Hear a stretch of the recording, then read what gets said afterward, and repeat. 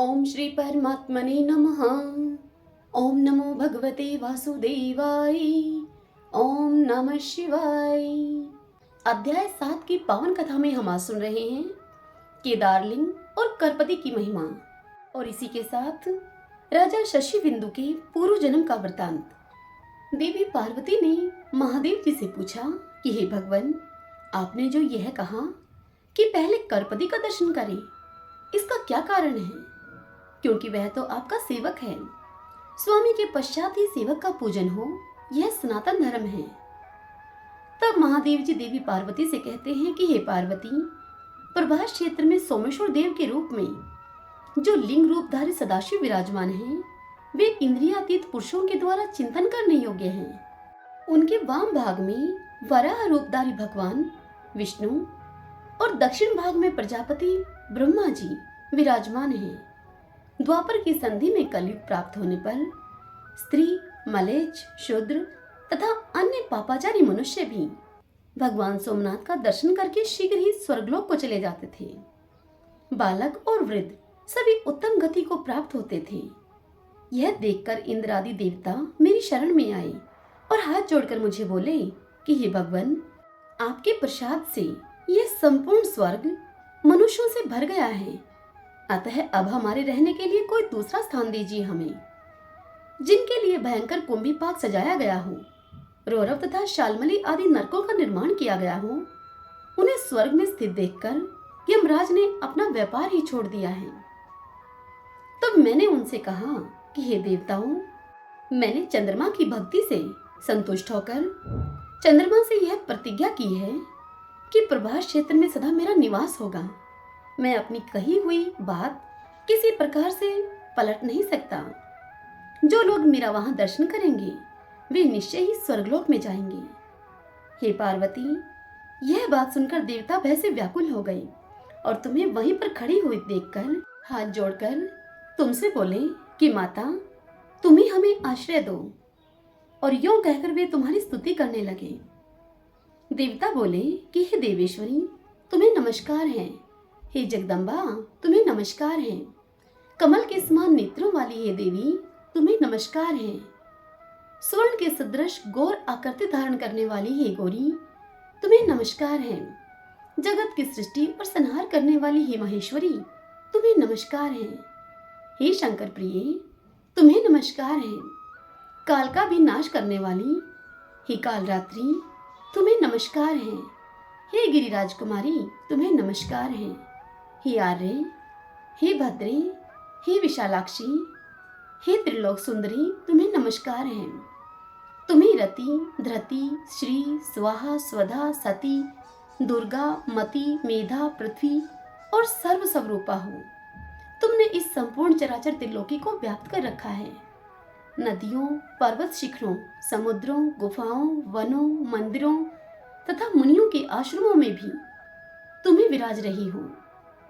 हे देवी, तीनों लोकों में ऐसा कोई स्थान मैं नहीं देखता जहां पर तुम विद्यमान न हो। विशाल नेत्रों वाली हे शिवे, हमारी यह प्रार्थना सुनकर महान भय से हमें बचाएगी।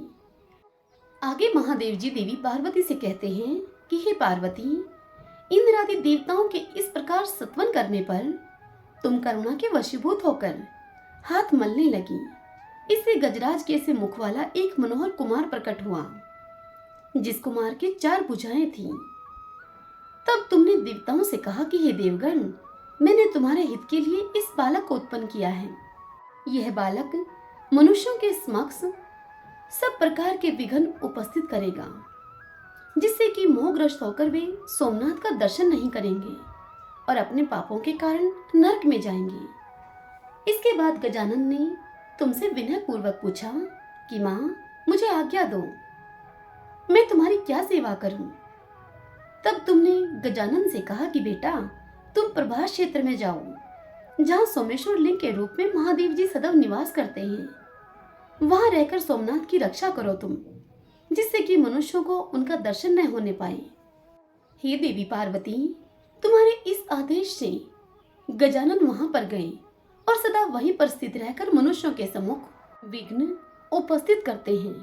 जब किसी मनुष्य को वे सोमनाथ के प्रति आते हुए देखते हैं, तब उसके मार्ग में स्त्री, पुत्र, ग्रह, क्षेत्र, धन, धान्य आदि का महान मोह लाकर रखते हैं और इस प्रकार उसके सामने बड़ा भारी विघ्न डाल देते हैं, जिससे कि वे मानव सोमेश्वर शिव का दर्शन नहीं कर पाते अथवा गलगंड आदि रोग पैदा कर देते हैं, जिससे कि पीड़ित होकर मनुष्य सोमेश्वर के दर्शन से वंचित रह जाता है। वे गजानन ही लोक पूजित कर्पदी हैं। अतः सोमेश्वर की प्राप्ति के लिए प्रतिदिन प्रयत्न पूर्वक कर्पदी की पूजा करनी चाहिए। उन प्रभास क्षेत्र के रक्षक गणेश का निम्नांकित स्तोत्र के द्वारा सत्वन करना चाहिए। हे महादेवी, मैं तुम्हें कर्पदी का वह विघ्न विनाशक स्त्रोत कहता हूँ, तुम सावधान होकर सुनो। ओम विघ्नराज को नमस्कार है, कर्पदी को नमस्कार है। अत्यंत भयंकर दाढ़ वाले प्रभास क्षेत्र निवासी गणेश को नमस्कार है। सोमनाथ की यात्रा के निर्विघ्नता पूर्वक पूर्ण होने के लिए कर्पदी को नमस्कार करके मैं सिद्धि बुद्धि प्रियतम मंगलकारी विघ्नराज की स्तुति करता हूँ, जो महागणपति शूरवीर, किसी से भी पराजित न होने वाले, जय की वृद्धि करने वाले, 1, 2 तथा 4 दांत वाले, 4 भुजाओं वाले, त्रिनेत्रधारी, हाथ में त्रिशूल रखने वाले, लाल नेत्रों वाले, वरदायक, अजय, शंकुवर्ण, प्रचंड दंडनायक, लोह दंडकारी, मुख से हविष्य ग्रहण करने वाले तथा हविष्य के प्रेमी हैं एवं पूजित न होने पर जो मनुष्यों के सब कार्यों में विघ्न डालते हैं, उन महाभयंकर पार्वती नंदन गणेश को मैं नमस्कार करता हूँ, जिनके गंड स्थल से मद की धारा बहती है, नेत्र उनके भयंकर हैं और मुख हाथी के समान है, जिनकी कांति सदा एक सी रहती है, जो ध्रुव निश्चल और शांत हैं। उन विनायक को मैं प्रणाम करता हूँ। हे भगवान, आप सबसे पहले प्रकट हुए हैं। आपने प्राचीन देवताओं के कार्य की सिद्धि के लिए हाथी का रूप धारण करके समस्त दानवों को भयभीत किया है और अपने को ऋषियों तथा देवताओं का स्वामी सिद्ध करके दिखाया है। हे देवी पार्वती, इस प्रकार पूर्व काल में देवताओं ने शिव पुत्र गणेश का सत्वन करके अपना कार्य सिद्ध करने के लिए रक्त चंदन मिश्रित जल और लाल फूलों से गणेश का पूजन किया। जो मनुष्य चतुर्थी को लाल वस्त्र धारण करके एक या दोनों समय पूर्वोक्त रूप से गणेश जी की पूजा करता है और नियम से रहते हुए नियमित पूजन करता है, वह सबको अपने वश में कर लेता है। संपूर्ण तीर्थों और समस्त यज्ञों से जो फल प्राप्त होता है, उसी को गणेश जी की स्तुति करके मनुष्य पा लेता है। उसे कभी विघ्न का भय नहीं होता और वह अपने पूर्व जन्म की बातों का स्मरण करने वाला होता है। जो प्रतिदिन इस स्तोत्र का पाठ करता है, वह 6 महीने में ही इसका फल पाता है। वर्ष भर में उसे सिद्धि की प्राप्ति होती है और भगवान सोमनाथ कृपा पूर्वक उसे दर्शन देते हैं। हे महादेवी, कर्पदी का पूजन करने के पश्चात मनुष्य केदारलिंग के समीप जाए। कर्पदी से अग्निकोण में भीमेश्वर के समीप केदारेश्वर नामक स्वयंभू लिंग स्थित है। वह कल्प पर्यंत स्थिर रहने वाला लिंग मुझे बहुत ही प्रिय है। उस महाप्रकाश में लिंग को वृद्धि लिंग भी कहते हैं। हे देवी, स्वयं मैंने भी उनकी पूजा की है। जो चतुर्दशी अर्थात शिवरात्रि को वहां निराहार रहकर जागरण करता है, उसे सनातन लोक प्राप्त होते हैं। प्राचीन युग में केदारेश्वर का नाम रुद्रेश्वर था। इस कलयुग में मलेच्छों के स्पर्श के भय से केदार जी समुद्र के समीप इसी लिंग में लीन हो गई, इसीलिए इसका नाम केदार हो गया। जो मनुष्य आहार को जीतकर माघ मास में रुद्रेश के दक्षिण भाग में 10 धनुष की दूरी पर समुद्र में स्थित पद्म केतु नामक महाकुंड में नहाकर विधि पूर्वक रुद्रेश्वर की पूजा करेगा, उसे केदार यात्रा का पूर्ण फल प्राप्त होगा। उनके पूजन से ब्रह्म हत्या आदि महापापों का नाश होता है।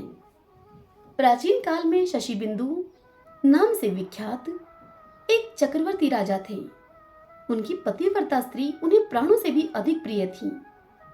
राजा के पास एक सुंदर स्वर्णमय आकाशगामी विमान था, जिसके द्वारा वे अपने इच्छा के अनुसार संपूर्ण लोकों में घूमते रहते थे। एक समय फागुन कृष्ण पक्ष की चतुर्दशी का पर्व आने पर राजा शशिबिंदु उत्तम प्रभास क्षेत्र में आए। वहां उन्होंने बहुत से महर्षियों को देखा जो कि जप में और होम में तत्पर होकर रात्रि में जागरण करने के लिए श्री सोमनाथ जी के सम्मुख बैठे हुए थे। राजा ने भी सोमनाथ का दर्शन और प्रणाम करके विधि पूर्वक पूजन किया और कर्मशः भक्ति भाव से उन सभी ऋषि मुनियों का स्वागत सत्कार करके वे केदार लिंग के पास चले आए। वहां विचित्र पुष्पमालाओं, नैवेद्यों तथा मनोहर वस्त्र आभूषणों से केदारेश्वर की पूजा की और वहीं एकाग्रचित होकर उन्होंने जागरण किया। तब वे सब मुनि कौतूहलवश राजा के समीप गए और राजा से वे इस प्रकार बोले। वे ऋषि बोले कि हे राजन, तुम सोमेश्वर देव को छोड़कर केदार जी के आगे जागरण और पूजन क्यों करते हो? इसका क्या कारण है? तब राजा ने कहा कि हे विप्रवरों, आप लोग सुनो, यह मेरे पूर्व जन्म का वृतांत है। पहले जन्म में मैं ब्राह्मणों की पूजा करने वाला शूद्र था। मेरी जन्मभूमि सौराष्ट्र देश में थी। एक समय वहां भयंकर अनावृष्टि हुई। उस समय मैं भूख से व्याकुल होकर प्रभास क्षेत्र में चला गया। वहां आने पर हरणी के मूल भाग में स्थित एक सुंदर सरोवर पर मेरी दृष्टि पड़ी, जो कि राम सरोवर के नाम से प्रसिद्ध है। वह तड़ाक कमल समूह से सुशोभित था। मैं थका मांदा तो था ही। उस सरोवर को देखकर मैंने उसमें स्नान किया और देवताओं और पितरों का मैंने तर्पण करके उसके स्वच्छ जल को मैंने पिया। तत्पश्चात मेरी स्त्री ने मुझसे कहा कि इन कमल पुष्पों को ले लीजिए, यहाँ से निकट ही एक सुंदर स्थान दिखाई देता है, वहां चलकर इन फूलों को बेचेंगे, जिससे कि कुछ भोजन की हमारी व्यवस्था हो सकेगी। पत्नी के यूं कहने पर मैं जल के भीतर उतरा और बहुत से कमल के फूल लेकर नगर की ओर चला। वहां पहुंचकर सड़कों, चौराहों और त्रिमुहानियों पर मैं घूमता रहा, परंतु किसी ने भी मेरे वो फूल नहीं लिए। इतने में ही दिन डूब गया और मैं अपनी पत्नी के साथ एक मंदिर में आकर सो रहा। वहां स्त्री के सहित मुझे भूख अधिक पीड़ा देने लगी। इतने में ही मैंने देखा कि किसी देवालय में होम और जागरण हो रहा है। तब मैं भी उठकर वहां पर गया और रुद्रेश्वर नामक वृद्धि लिंग का दर्शन किया मैंने। उस समय वहां अनंगवती नामक एक वैश्या शिवरात्रि व्रत में संलग्न होकर नृत्य, गीत और उत्सव आदि के द्वारा भगवान के सामने जागरण कर रही थी। मैंने एक मनुष्य से पूछा कि भाई, यह रात्रि में जागरण किस लिए होता है? यह नाच गान और उत्सव में लगी हुई यह स्त्री कौन दिखाई दे रही है? तब मुझे उसने बताया कि आज शिव धर्मो उत्तर पुराण में प्रतिपादित शिवरात्रि है। यह धर्म प्रायणा स्त्री अनगवती नाम की वैश्या है, जो कल्याण में शिवरात्रि व्रत करके जागरण कर रही है। जो कोई मनुष्य शिवरात्रि का व्रत करता है, उसे दुख, दारिद्र्य और बंधन की प्राप्ति नहीं होती। दुष्ट ग्रह, अरिष्ट योग, रोग अथवा भय भी उसके पास नहीं आता। वह उत्तम कुल में उत्पन्न होकर सुख और सौभाग्य से युक्त होता है। तेजस्वी, यशस्वी तथा पूर्णतः कल्याण का भागी होता है। उस मनुष्य की ऐसी बात सुनकर मेरे मन में वह शिवरात्रि व्रत करने का निश्चित विचार हुआ। तब मैंने सोचा कि अन्न का अभाव होने के कारण उपवास तो मुझे विवश होकर करना ही है, इसलिए 4 समुद्र पद्मक तीर्थ में स्नान करके इन कमल के फूलों से भगवान महेश्वर की पूजा करूं मैं। तब मैंने अपनी स्त्री के सहित स्नान करके पूर्ण भक्ति भाव से कमल के फूलों के द्वारा भगवान रुद्रेश्वर का पूजन किया। पत्नी के साथ रात भर वहां जागता रहा। सवेरा होने पर वैश्या ने मुझसे कहा कि अपने फूलों का मूल्य 3 भर सोना ले लो, परंतु मैंने सात्विक भाव का आश्रय लेकर उसका दिया हुआ मूल्य स्वीकार नहीं किया। भिक्षा मांगकर जीवन निर्वाह करने लगा मैं। दीर्घ काल के पश्चात मेरी मृत्यु हुई। उस समय यह मेरी प्राण प्यारी पत्नी मेरे शरीर को लेकर चिता की आग में प्रवेश कर गई। उस पूजन और जागरण के प्रभाव से मैं पूर्व जन्म की बातों को स्मरण रखने वाले चक्रवर्ती राजा हुआ। एक बार संयोगवश यह व्रत किया था, जिसका मुझे यह महान फल प्राप्त हुआ। अब मैं भक्ति भाव से यथावत सामग्री के साथ जो इस व्रत का पालन करता हूँ, इसका भविष्य में क्या फल होगा यह मैं नहीं जानता। यह सुनकर उन ब्राह्मणों के नेत्र आश्चर्य से खिल उठे। उन्होंने साधु साधु कहकर राजा की भूरी भूरी प्रशंसा की। तदंतर उन्होंने स्वयं भी उस स्वयंभू लिंग का पूजन किया। राजा शशि बिंदु उस केदार लिंग के प्रसाद से देव दुर्लभ उत्तम सिद्धि को प्राप्त हुई। अनगवती वैश्या शिवरात्रि व्रत तथा केदार लिंग के प्रभाव से रंभा नामक अप्सरा हुई। इसलिए जो विद्वान पुरुष धर्म, अर्थ, काम और मोक्ष की इच्छा रखता हो, उसे प्रयत्न पूर्वक उक्त शिवलिंग का पूजन करना चाहिए।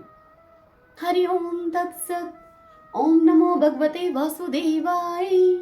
ओम नमः शिवाय। भक्तजनों, आज की यह कथा यही समाप्त हुई।